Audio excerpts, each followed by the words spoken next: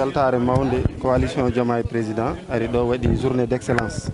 waɗi primé 41 élèves 41 élèves dañɓe bac mention très bien et assez bien et 10 élèves dañɓe BFEM 2 meilleurs du centre. eɗen gandi enen foof contexte o mo gonɗen aduna o mo gonɗen hannde ko jangde woni foof gonɗen ko aduna mo ganduɗa sa ƴeewi koko dolni ko wiyete ko numérique e ko wiyete ko l'intelligence artificielle wadde noon ɗum tahi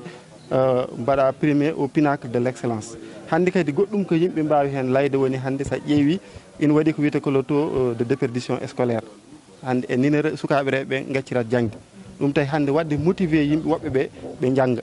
Eɗen gandi kadi format goɗɗo o mo ganduɗa concours d'excellence no waɗirtemo hikka en jii hikka concours d'excellence toujours que les mêmes écoles mbaɗte primé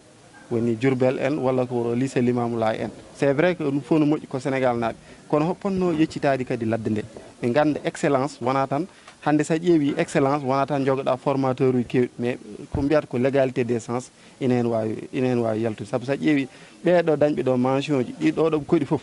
ɗum firti ko élève koɗɗo Kambo walla koɗɗo Ciwkoñ walla koɗɗo Daara walla koɗɗo Guyjeeri on il a les mêmes sens que élève gonɗo Dakar avec beaucoup de formateurs. Donc il faut laamu ngu banggue ɗiɗo duuɓi garoji soɓe mbaɗa concours d'excellence mbatta hen hakkille. Hende en jii o mo ganduɗa kam woni Oumar Ka o dañi mention très bien. Donc eɗen mbawi ɓeɗo koɓe fierté ji men kadi ɓe gandane université ko réalité ji goɗɗi taw en jii hande yewtere nde waɗande ɗo wadde ɗumen expliqué ne wona question ka bawɗe janggu tan sa yeehi université ɗum weeɓat université jogui ko réalité ji mumen ɗum tahi ɓe mbaɗa tenir cette dynamique dal jaaha ɓe gona fierté Jolof